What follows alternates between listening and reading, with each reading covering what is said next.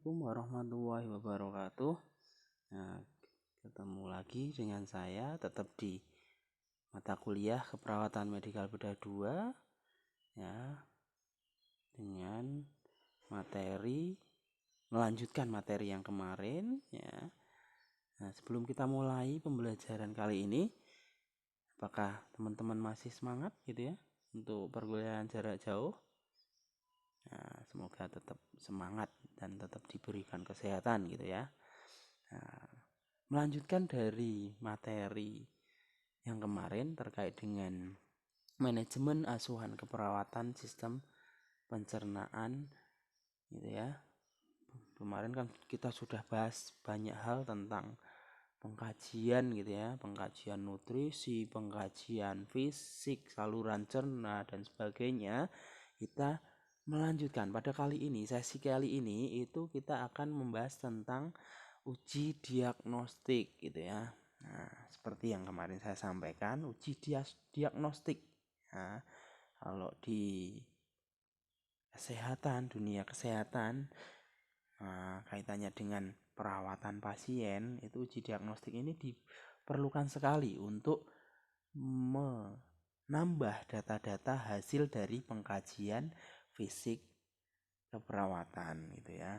Nah, apa sih sebenarnya uji diagnostik ini? Seperti kata namanya gitu ya, seperti namanya uji diagnostik. Jadi uji yang digunakan sebagai bantuan untuk mendiagnosa suatu masalah yang ada di pasien, untuk mendiagnosa, untuk menetapkan masalah yang ada di pasien. Misalkan pasien ini batuk-batuk sudah 2 bulan, badannya kurus. Kenapa sih? Untuk membantu dalam mendiagnosa atau menetapkan masalah utama yang ada di pasien ini dilakukan uji diagnostik. Misalkan di dilakukan foto ronsen. Oh, ternyata di paru-parunya kotor. Oh, di pemeriksaan lab. Oh, ternyata ada kuman TBC-nya gitu ya. Nah, karena itu pemeriksaan atau uji diagnostik ini bisa dipakai untuk menetapkan ternyata masalahnya yang ada di pasien ini mengalami atau menderita tuberkulosis, misalkan seperti itu gitu ya. Nah, itulah yang disebut dengan uji diagnostik. Nah, sekarang apa saja sih uji diagnostik? Nah, uji diagnostik itu dikelompokkan menjadi 2 gitu ya. Yang pertama uji invasif atau uji invasif, menginvasi gitu ya, menginvasi, atau uji non invasif gitu ya, tanpa invasif. Apa sih maksudnya gitu ya? Nah, ini ada 2 ya. Nah, uji non invasif dan uji invasif. Nah, uji non invasif, uji yang dilakukan tanpa adanya tindakan memasukkan peralatan gitu ya. Karena uji diagnostik itu menggunakan peralatan. Nah, jenisnya uji non invasif itu tanpa memasukkan peralatan tersebut ke dalam tubuh pasien ya. Tidak memasukkan peralatan apapun ke dalam tubuh pasien. Nah, sedangkan uji invasif itu adalah uji dengan memasukkan peralatan khusus ke dalam tubuh pasien. Nah, kemudian apa saja sih macam-macamnya? Nah, uji non invasif ini ada beberapa jenis ya, kaitannya dengan saluran pencernaan yang digunakan untuk menguji atau memeriksa saluran pencernaan. Itu ada beberapa macam yang mungkin teman-teman semua sudah mengenalnya atau sudah mengetahui. Nah, apa saja sih? Yang pertama ada yang namanya foto ronsen atau foto polos gitu ya. Nah, kalau misalkan di saluran pencernaan bisa dipakai atau diaplikasikan ke abdomen atau saluran pencernaan bagian yang lainnya gitu ya. Foto ronsen, semuanya sudah tahu lah foto ronsen itu bagaimana, X-ray gitu ya. Nah, kemudian yang kedua itu ada yang namanya foto serial ya, foto serial Kalau di saluran pencernaan bisa digunakan pada saluran pencernaan bagian atas gitu ya. Nah, jadi ini ada beberapa foto seperti foto ronsen, tapi ada serialnya, ada beberapa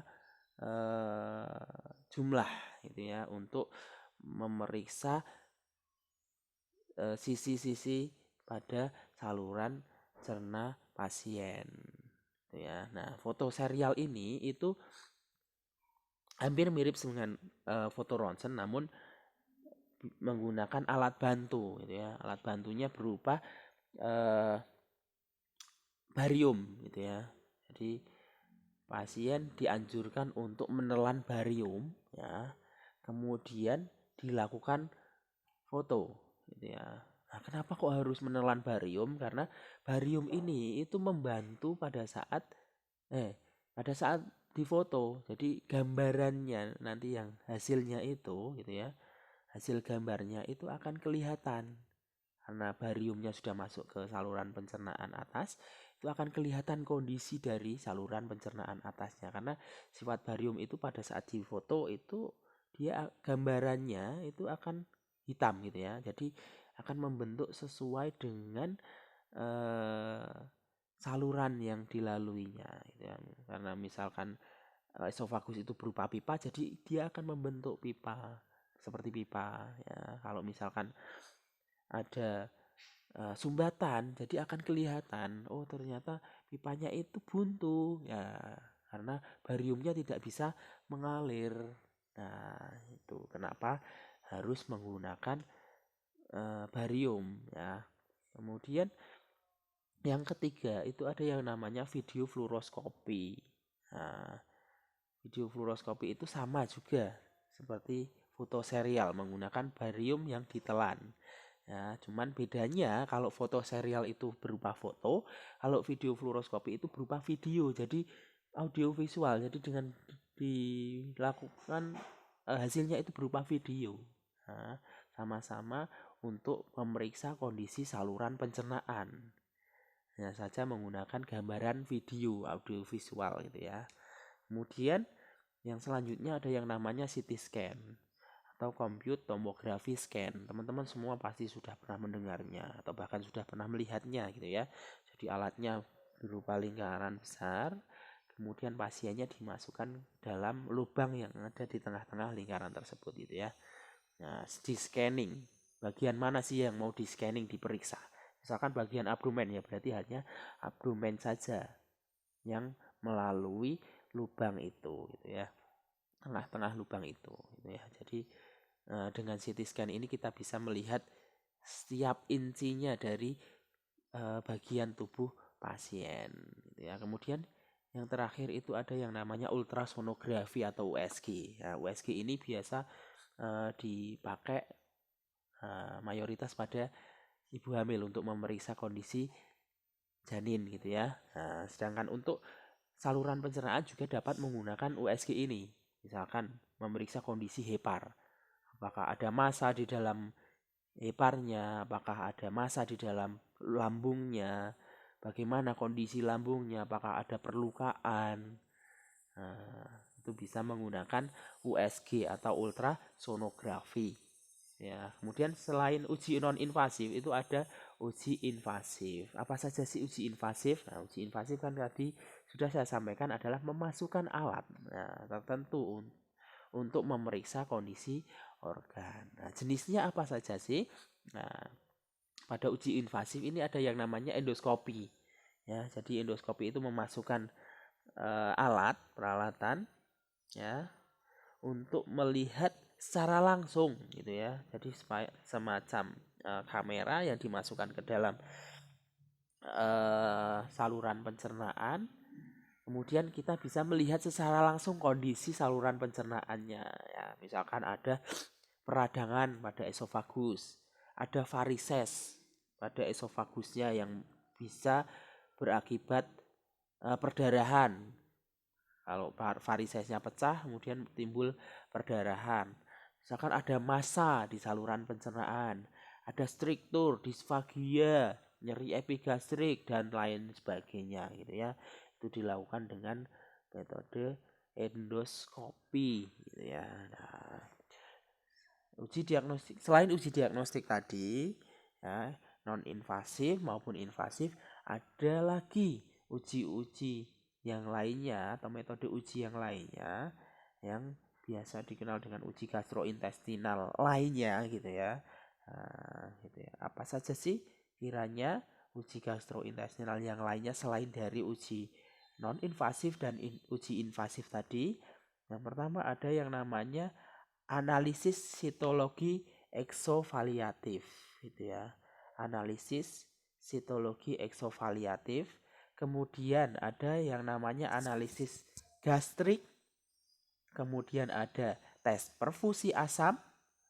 Kemudian ada manometri esofagus. Kemudian yang terakhir ada yang namanya ambulatory esophageal pH monitoring. Nah, semuanya ini merupakan metode tes atau analisis pada sistem atau saluran pencernaan gitu ya. Nah, tujuannya apa saja semua metode ini? Nah, yang pertama analisis sitologi eksovaliatif. Itu digunakan untuk menguji atau mengambil sel yang kemudian dilakukan pemeriksaan untuk ditentukan apakah sel yang sudah diambil itu bersifat ganas atau jinak gitu ya. Nah, untuk melihat selnya ini sel ganas, sel kanker atau sel tidak gitu ya. Nah, sel jinak atau sel ganas gitu ya. Kemudian selain untuk melihat atau memeriksa keganasan dari sel yang diambil, pemeriksaan atau analisis sitologi ini juga bisa digunakan untuk mengetahui apakah di dalam sel yang diambil ini ada bakteri-bakteri yang merugikan gitu ya. Nah, apakah ada bakteri yang merugikan yang sampai menimbulkan dampak ke pasien gitu ya. Jadi dengan menentukan apakah ada bakterinya, kemudian ditentukan jenis bakterinya, kita bisa dijadikan sebagai acuan untuk menetapkan obatnya, pengobatan, jenis obat yang digunakan gitu ya. Antibiotik yang digunakan menyesuaikan dengan bakteri yang ada di dalam sel tadi. Ya, kemudian yang kedua ada analisis gastrik, menganalisis gaster atau lambung. Nah, tujuannya adalah untuk mengukur sekresi hidroklorida atau HCl pada lambung. Jadi analisis gastrik ini digunakan untuk mengukur produksi asam lambung ya. Selain dari menganalisis kondisi dari lambung, juga mengukur sekresi atau produksi HCl lambung gitu ya. Kemudian yang ketiga itu ada yang namanya tes perfusi asam. Nah, tes perfusi asam itu dikenal dengan nama uji Bernstein gitu ya. Nah, tes perfusi asam ini digunakan untuk menentukan apakah nyeri dada yang dialami klien atau pasien ini berhubungan dengan perfusi asam yang melewati mukosa esofagus atau ada penyakit lainnya yang menimbulkan keluhan nyeri gitu ya. Nah, oke gitu. Nah, jadi tes perfusi asam ini adalah tes yang digunakan untuk menguji kondisi nyeri yang ada di pasien itu disebabkan karena produksi asam lambung atau ada penyakit lainnya gitu ya. Misalkan ada AMI gitu ya, akut miokard infark atau angina pectoris ya. Kemudian yang selanjutnya itu ada yang namanya manometri esofagus. Manometri esofagus itu digunakan untuk mengkaji fungsi motorik esofagus. Jadi dengan manometri esofagus ini kita bisa melihat fungsi motorik esofagus ini gitu ya. Nah, apakah esofagusnya bisa berfungsi dengan baik atau tidak. Nah, caranya bagaimana? Manometri esofagus ini pemeriksaan yang menggunakan pipa enterik khusus ya, pipa yang dimasukkan ke dalam saluran pencernaan, pipa khusus dengan kateter ya, berukuran kecil ya, dimasukkan ke dalam esofagus. Nah, pipa enterik ini dirancang untuk mengukur tekanan esofagus dan sfinkter esofagus bagian bawah secara bersamaan dengan memasukkan air ke dalam kateter. Jadi dengan cara dibantu dengan memasukkan air, kita bisa melihat fungsi dari sfinkter esofagusnya, apakah bisa menutup dan membuka dengan baik. Nah, kemudian yang terakhir ada yang namanya ambulatory esophageal pH monitoring. Ya, ini sama dengan yang tes perfusi asam ya. Jadi membedakan nyeri dada, digunakan untuk membedakan nyeri dada yang dialami pasien itu memang benar-benar karena adanya reflux asam lambung atau mungkin ada penyakit lainnya yang menyebabkan munculnya nyeri dada pada pasien ya. Nah, itu. Jadi ini pemeriksaan ini dengan menggunakan manometri esofagus dan pipa nasoentrik dengan sensor pH gitu ya. Jadi memasukkan alat berupa manometri esofagus dan pipa nasoentrik dengan sensor pH yang dimasukkan 5 cm di atas sfinkter esofagus bagian bawah ya.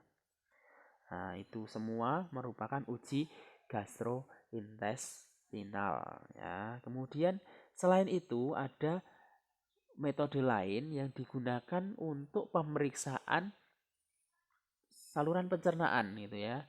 Nah, disebut sebagai uji laboratorium atau pemeriksaan laboratorium. Jadi dengan menggunakan sampel darah, sampel feses ya, kaitannya dengan saluran pencernaan gitu ya. Nah, dan lain sebagainya untuk memeriksa kondisi saluran pencernaannya.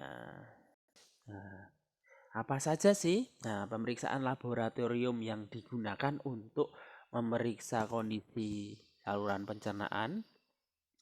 Yang pertama ada yang namanya analisis anemia gizi. Nah, kemudian ada protein atau analisis protein serum.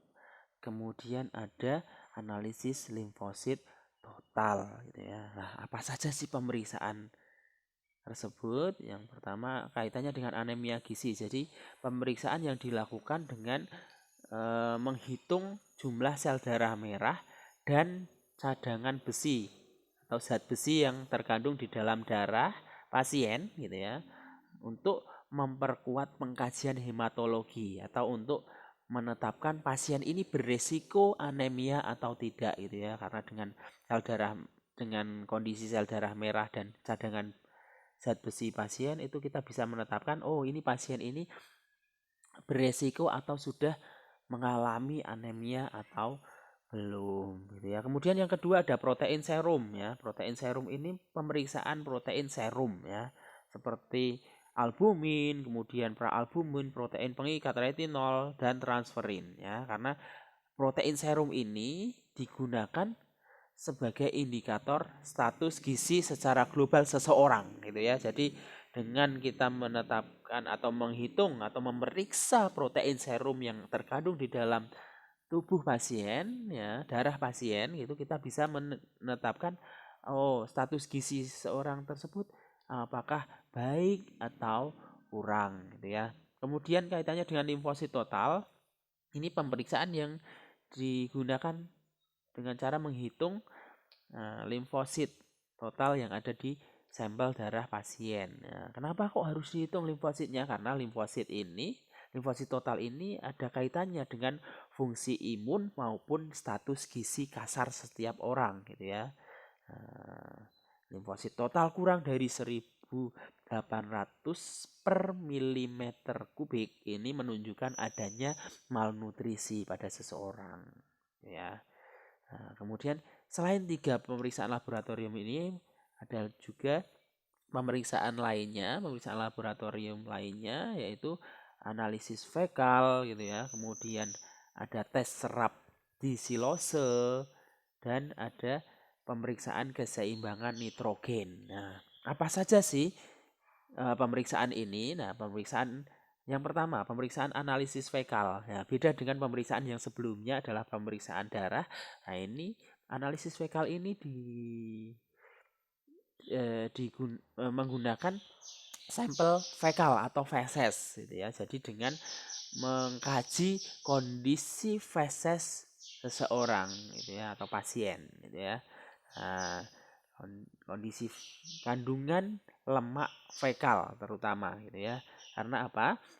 Kandungan lemak yang ada di feses itu menunjukkan seberapa baik fungsi penyerapan di dalam usus pasien tersebut gitu ya. Jadi dengan mengidentifikasi atau memeriksa lemak yang ada di feses ini bisa menetapkan seberapa baik fungsi penyerapan usus pasien tersebut gitu ya. Kemudian yang kedua ada tes serap desilose.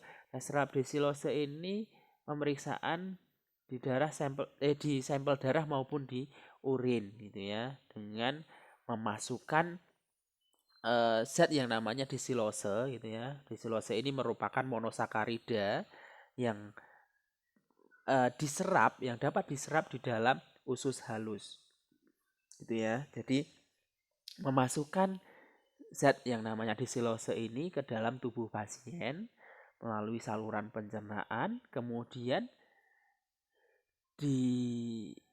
dilakukan pemeriksaan terhadap darah maupun urin pasien. Nah, bagaimana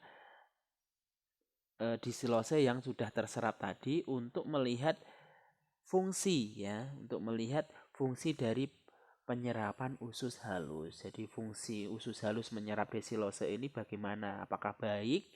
Nah, dengan dibuktikan pemeriksaan desilose pada darah pasien atau urin pasien setelah mengkonsumsi zat desilose ini. Nah, kemudian yang terakhir ada keseimbangan nitrogen. Keseimbangan nitrogen ini merupakan pengukuran status anabolisme atau katabolisme pasien atau seseorang gitu ya. Nah, jadi pemeriksaannya untuk menentukan keseimbangan, bertujuan untuk menentukan keseimbangan nitrogen seseorang ya. Jadi dengan mengukur keseimbangan nitrogen kita bisa menentukan terapi apa yang sesuai untuk diberikan ke orang tersebut ya. Nah, kaitannya dengan uji diagnostik sudah ya. Kemudian slide yang berikutnya ada beberapa gangguan pada saluran cerna. Itu apa saja ya? Banyak sekali kita mengenal masalah atau gangguan pada saluran pencernaan. Ada yang pertama malnutrisi energi protein. Kemudian gangguan makan gitu ya. Macamnya banyak sekali, ada obesitas, anoreksia nervosa dan bulimia nervosa. Kemudian ada gangguan oral, gangguan mulut, itu ada kandisiasis atau sariawan, kemudian tumor, gangguan kelenjar saliva gitu ya. Kemudian yang berikutnya ada gangguan esofagus. Nah, dan ada gangguan pencernaan. Ya, itu semua merupakan macam-macam dari masalah atau gangguan pada saluran pencernaan. Nah, gitu ya. Nah, sementara video kali ini cukup dulu gitu ya, supaya durasinya tidak terlalu panjang dan membosankan harus mendengarkan suara saya gitu ya. Nah, jadi kita skip dulu ya, kita hentikan dulu video yang kedua ini, kemudian kaitannya dengan asuhan keperawatan mulai dari diagnosa keperawatan sampai dengan intervensi kita bahas di video selanjutnya. Gitu dari saya cukup. Terima kasih untuk perhatiannya. Wabillahi taufik walhidayah. Wassalamualaikum warahmatullahi wabarakatuh.